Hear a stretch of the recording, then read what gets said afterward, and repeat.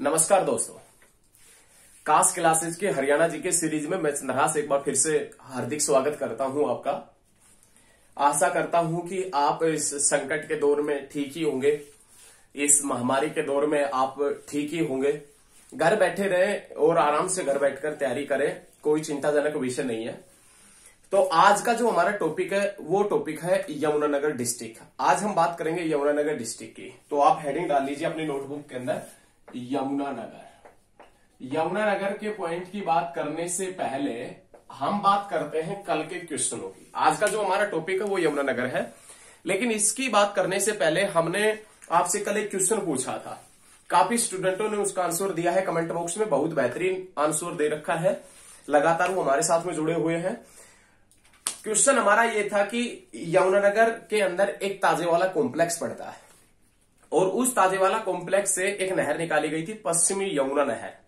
हमने क्वेश्चन पूछा था कि पश्चिमी यमुना नहर कब निकाली गई थी और फिरोज शाह तुगलक से संबंधित उसका क्या पॉइंट था, ये क्वेश्चन हमने पूछा था। तो स्टूडेंटों ने आंसर बेहतरीन दिया है, सही है उनका आंसर।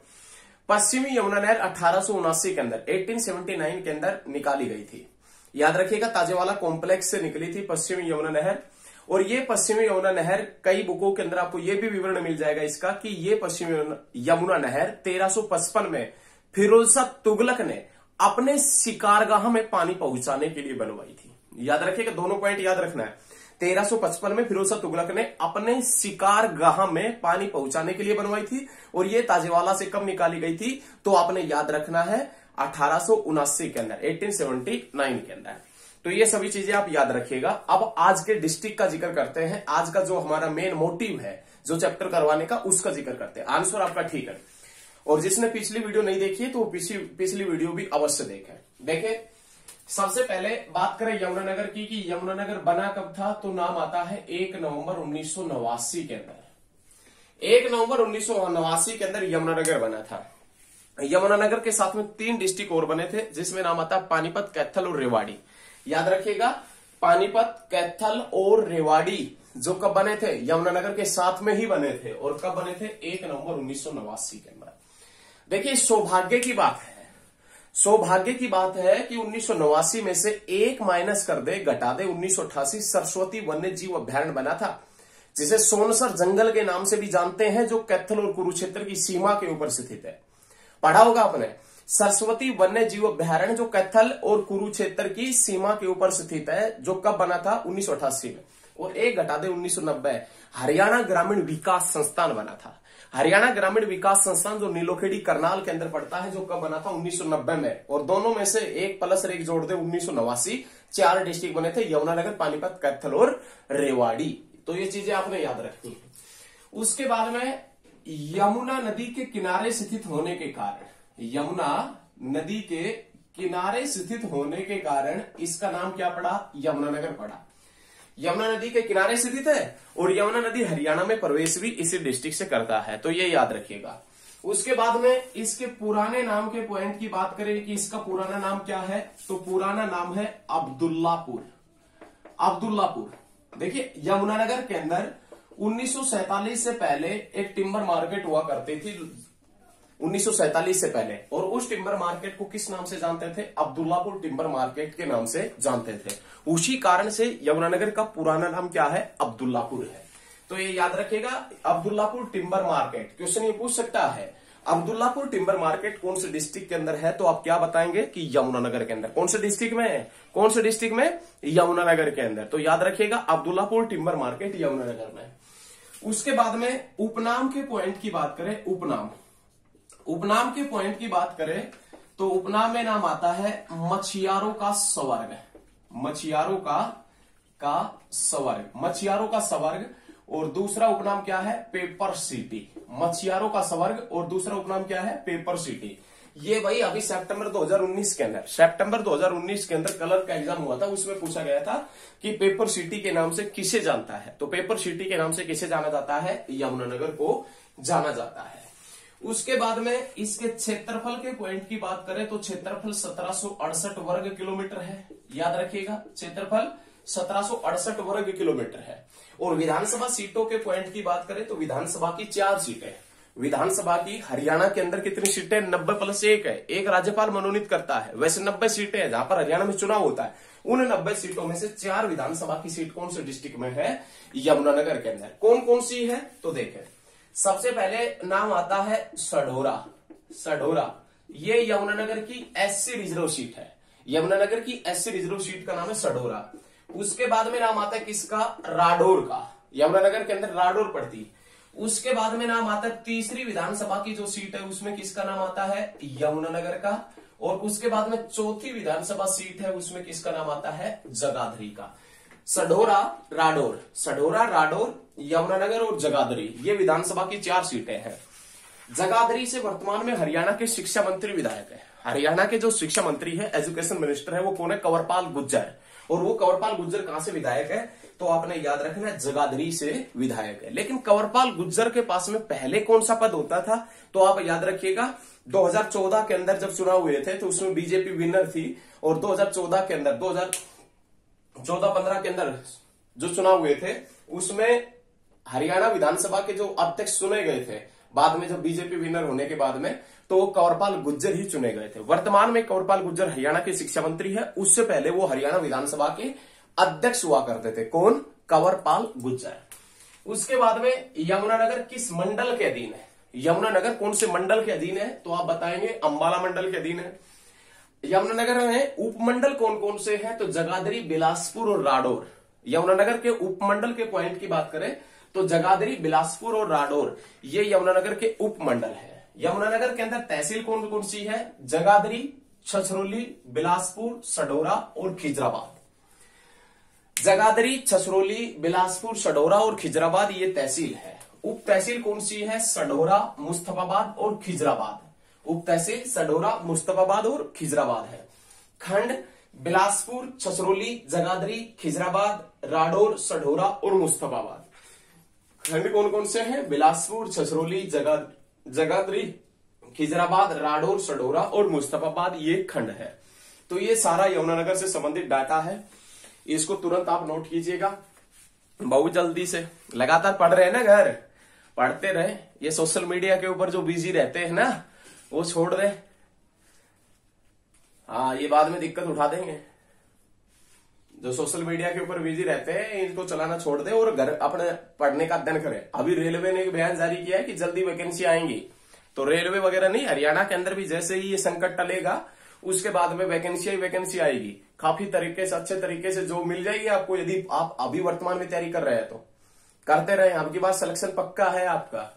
ये दिन रात मेहनत कीजिएगा, सिलेक्शन पक्का है। और देखिए, सिलेक्शन आपका हो जाएगा तो आपको अत्यंत खुशी होगा, नहीं? तो देखिए, अब आगे देखें, ये तुरंत नोट करें। और आपने नोट नहीं किया है तो वीडियो को बैक करके देख लीजिएगा।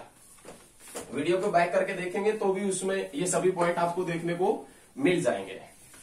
अब देखें नेक्स्ट पॉइंट। देखें नेक्स्ट पॉइंट क्या आता है कि यमुनानगर हरियाणा का एकमात्र ऐसा जिला है जो 3 राज्यों के साथ में लगता है। 3 राज्यों के साथ में लगता है। 3 राज्यों के साथ में लगने वाला एकमात्र जिला है यमुनानगर। जैसे कि अपने पास में ये इस प्रकार से हरियाणा है, ये हमारे पास में सीमा पड़ती है हिमाचल प्रदेश की। ये जो सीमा है ये उत्तराखंड की, और ये किसकी है? उत्तर प्रदेश की। और ये डिस्ट्रिक्ट कौन सा है? यमुनानगर। हिमाचल प्रदेश, उत्तराखंड और उत्तर प्रदेश के साथ में लगता है कौन सा? यमुनानगर। हरियाणा का एकमात्र जिला है जो 3 राज्यों के साथ में लगता है। कौन सा है? यमुनानगर है। बहुत अच्छे, याद रखिएगा, साथ के साथ में नोट करते हुए चलिएगा। अब हम सबसे पहले यमुनानगर के जो डेट से संबंधित क्वेश्चन है, जो पुराने क्वेश्चन है या जो भी कोई नए क्वेश्चन है, उन सभी का जिक्र इस वीडियो के अंदर करेंगे। जो भी डेट से संबंधित, चाहे वो कितना भी पुराना हो या कितना भी नया क्वेश्चन हो, उनका जिक्र करेंगे। देखिए, सबसे पहले यमुनानगर के अंदर डेट का क्वेश्चन आता 1818। 1818 में एक विद्रोह हुआ था, छछरौली का विद्रोह। ये छछरौली का विद्रोह 1818 में हुआ। ये छछरौली का विद्रोह किसके नेतृत्व में होना था? ये छछरौली का विद्रोह होना था राम कौर के नेतृत्व में। देखिए, चौंकने की आवश्यकता नहीं, ये पूरा बताएंगे अभी से। ये छछरौली का विद्रोह राम कौर के नेतृत्व में होना था। लेकिन इसकी अयोग्यता के कारण इसको हटा दिया गया। इसकी अयोग्यता के कारण इसको हटा दिया गया। और ये छछरौली का विद्रोह किसके नेतृत्व में हुआ? तो आप याद रखिएगा, जोधा सिंह के नेतृत्व में।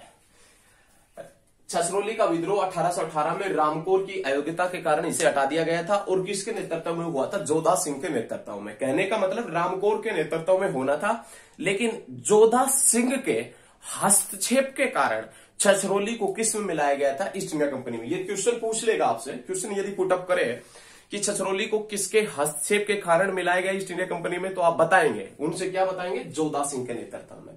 लेकिन क्वेश्चन ये किस प्रकार से आता है? क्वेश्चन ये आता है कि एक तरफ तो विद्रोह लिखे रहते हैं और एक तरफ डेट लिखी रहती है। 4 विद्रोह मिलेंगे, 4 डेट मिलेगी, और वो आपने आपस में मिलान करना है, उसी से संबंधित क्वेश्चन आएगा। यदि आप चारों मिलान ठीक करते हैं तो आपको 1 नंबर मिलेगा। एचएसएससी है, ऐसे ही 1 नंबर नहीं देगा, बहुत अच्छे तरीके से आपको जान पहचान कर, आपकी सूझबूझ को देखकर वो आपको 1 नंबर देगा। तो याद रखिएगा, क्वेश्चन बस यही पूछेगा कि छछरौली का विद्रोह कब हुआ? 1818 में। किसके नेतृत्व में? जोधा सिंह। किसके नेतृत्व में होना था? रामकोर। लेकिन क्यों हटा दिया गया रामकोर को? अयोग्यता के कारण हटा दिया गया था। उसके बाद में नाम आता है 1828। राडोर जो है, इस राडोर का विलय कर दिया गया ईस्ट इंडिया कंपनी में। राडोर को ईस्ट इंडिया कंपनी में कब मिलाया गया? 1828 में। राजा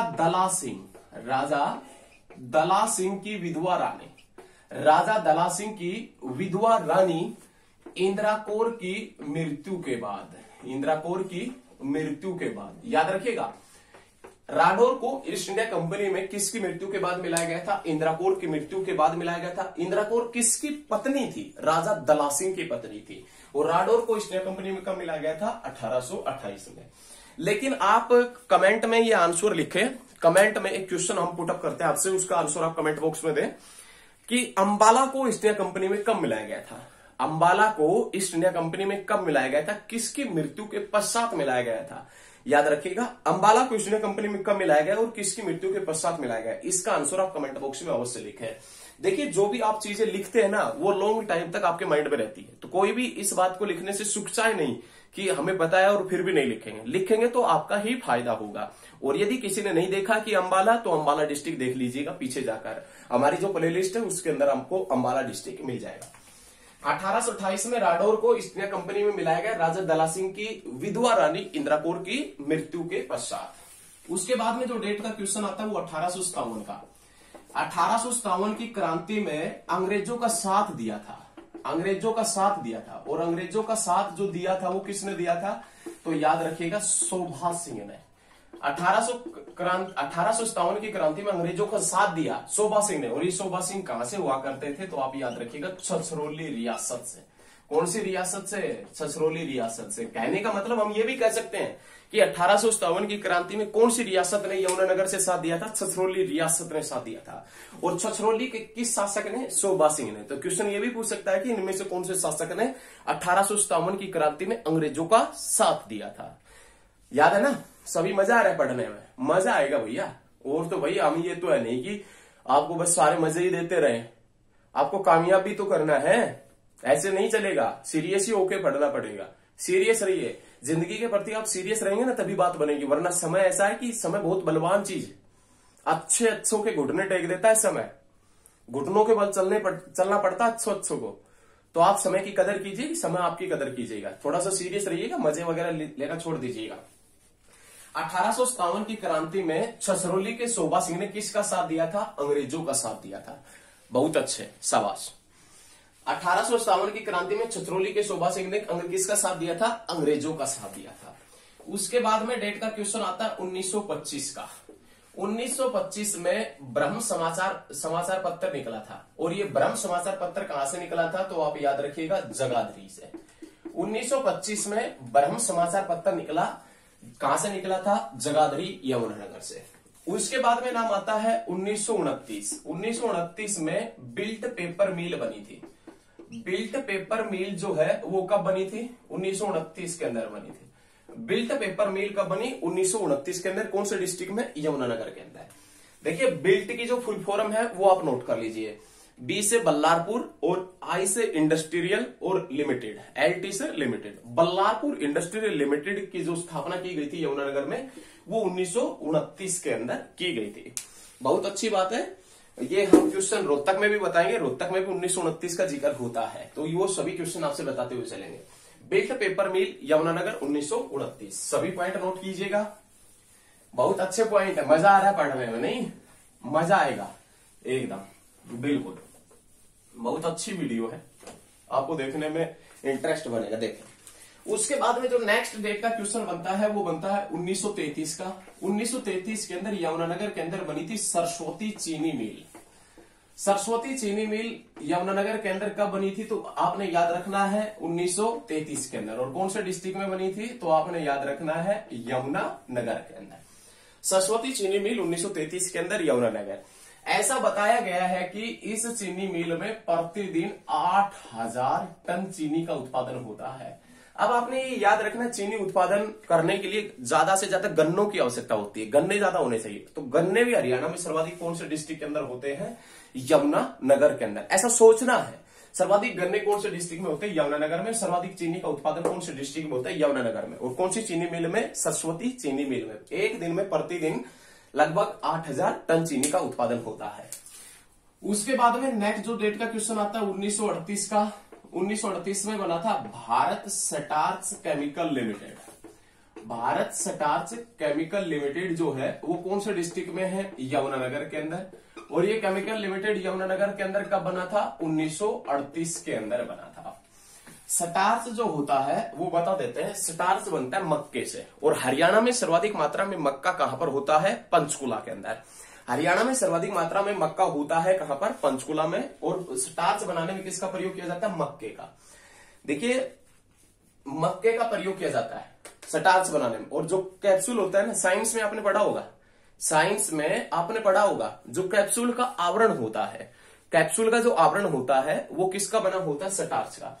ये सभी चीजें आपने साइंस के अंदर पढ़ी होगी, नहीं। कैप्सूल का जो आवरण होता है वो किसका बना होता है, स्टार्च का बना होता है। उसके बाद में नाम आता है 1952 का। 1952 के अंदर जगाधरी रेलवे वर्कशॉप बना था। जगाधरी रेलवे वर्कशॉप कब बना था, 1952 के अंदर।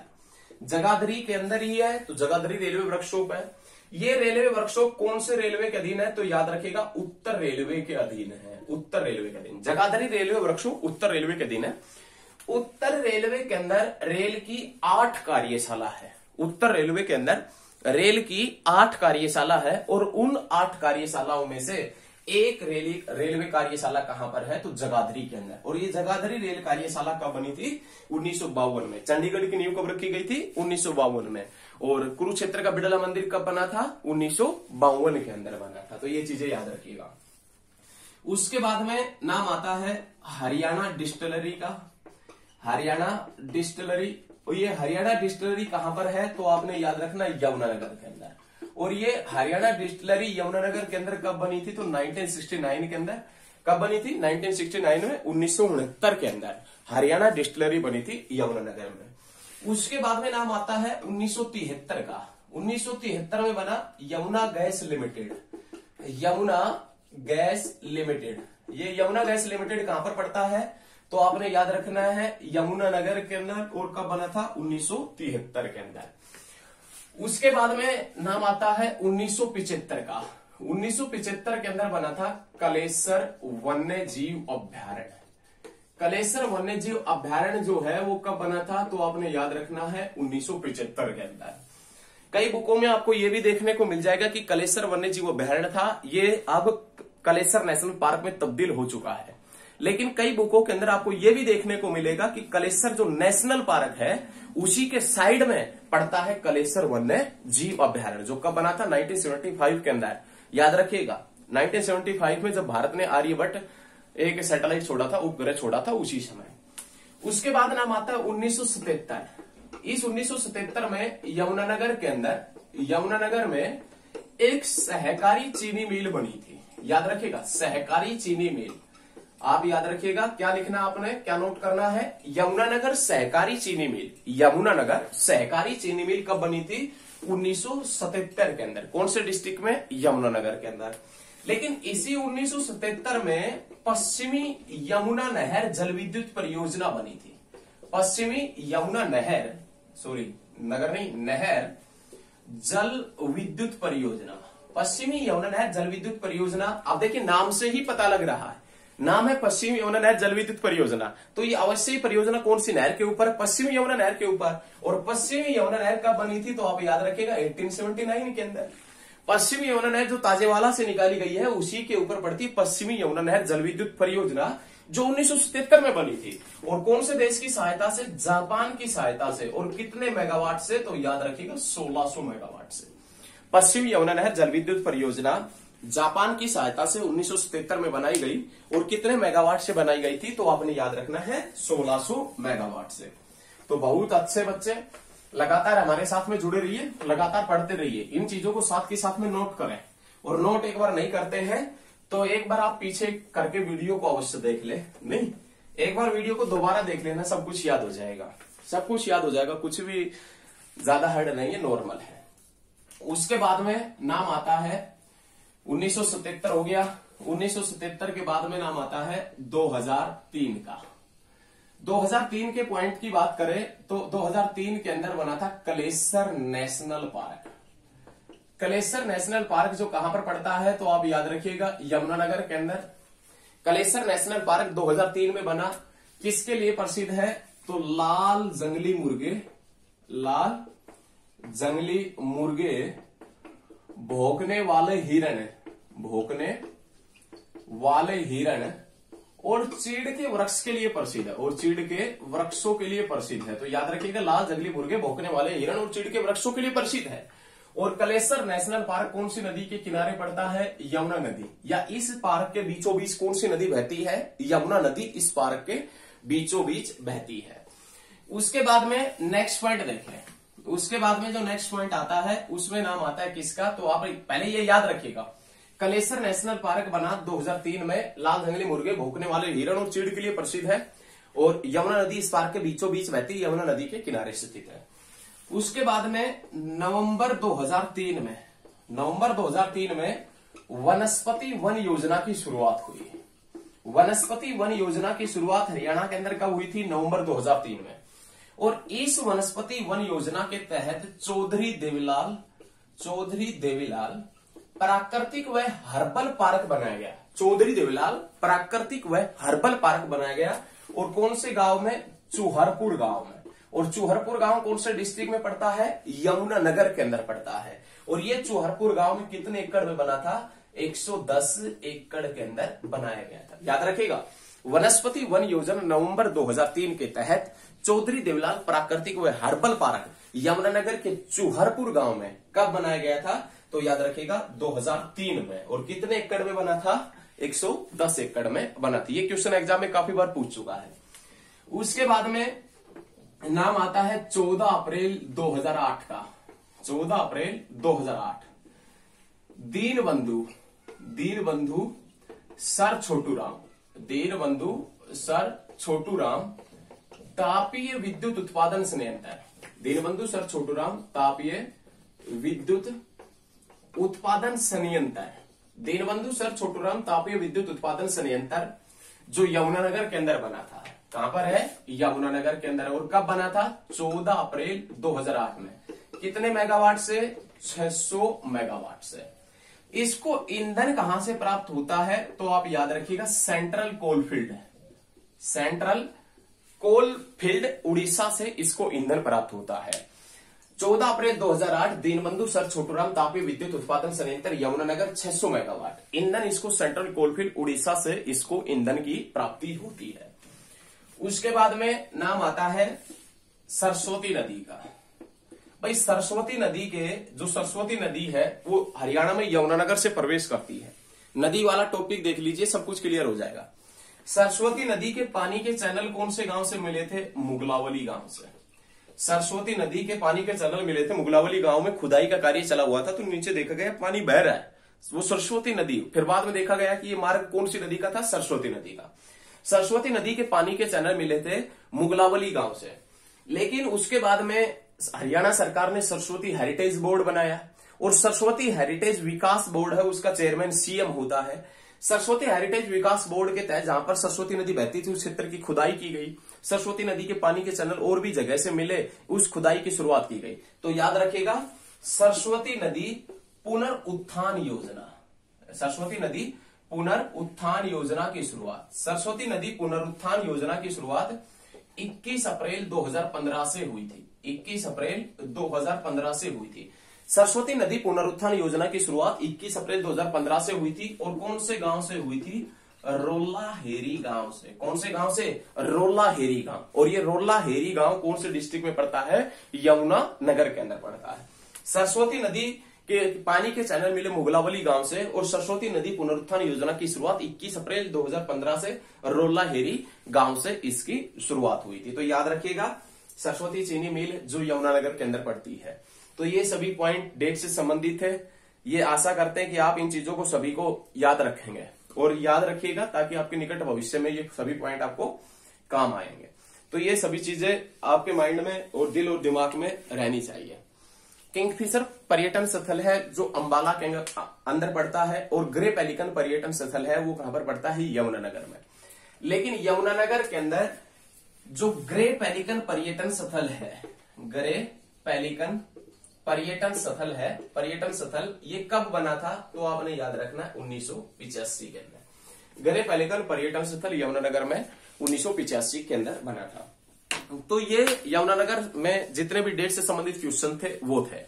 कोई भी डेट का क्वेश्चन नहीं बचा है और यदि बचेगा तो हम बहुत जल्दी उनको क्लियर कर लेंगे। आप चिंता ना लें, आपका एग्जाम तक हम सब कुछ डाटा आपको दे देंगे। तो यदि आपको ये वीडियो अच्छी लगती है तो लाइक, कमेंट और शेयर अवश्य करें और चैनल को सब्सक्राइब करें। और सब्सक्राइब करने के बाद में बेल आइकन अवश्य दबाएं। बेल आइकन दबाएंगे तो नोटिफिकेशन सबसे पहले आप तक पहुंचेगा। तो चैनल को ज्यादा से ज्यादा लाइक करें, कमेंट करें, शेयर करें। और यदि आपको वीडियो अच्छी लगती है तो सभी सोशल प्लेटफॉर्म पर ज्यादा से ज्यादा शेयर करें। धन्यवाद। मिलते हैं बहुत जल्द नेक्स्ट क्लास में।